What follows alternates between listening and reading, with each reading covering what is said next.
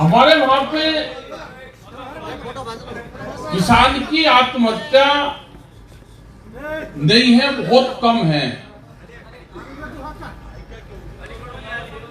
हम एक आध बार पहले भी यहाँ पे आए, पूरे देश भर में जाते हैं। युद्धवीर सिंह ने जो मुद्दे हैं उसके ऊपर सब चर्चाएं करी।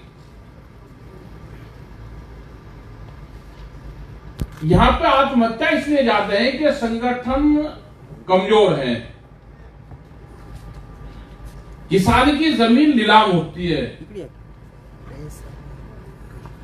वहां पे नहीं है। वहां पे ना किसी किसान का ट्रैक्टर नीलाम होगा, ना किसी किसान की जमीन नीलाम होगी।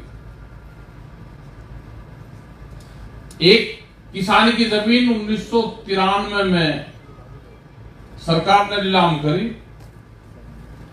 टिकैत साहब ने जाके उसी किसान को कब्जा दिवा दिया। 93 से आज तक उसी किसान का कब्जा उस पे है।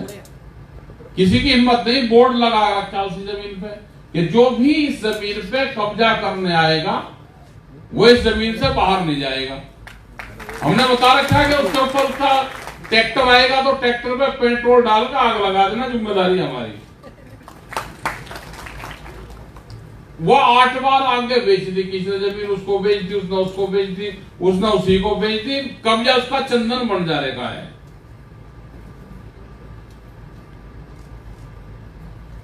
बीच में एक जमीन की नीलामी हुई राजस्थान में, 10 एकड़ जमीन और उसका घर।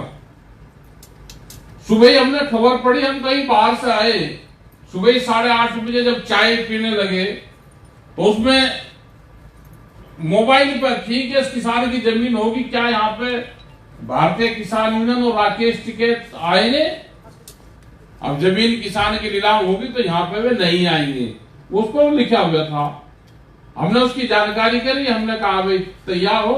पूरा स्टाफ रात को आया 12-1 बजे।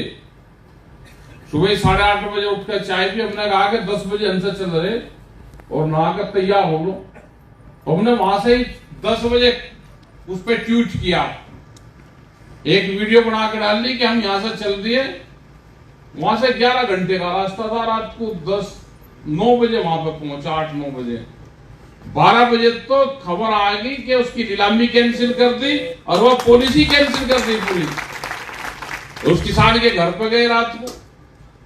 उस किसान को वहां का एक एमपी था बीजेपी का, वो उसको उठा के अपने वहां पे ले गया जयपुर में। हमको नहीं मिलने दिया उससे। हम अगले दिन डिस्ट्रिक्ट हेडक्वार्टर में मीटिंग करी, पूरी पॉलिसी कैंसिल करवाई। तो राजस्थान में भी कोई किसान की जमीन नीलाम नहीं हो रही।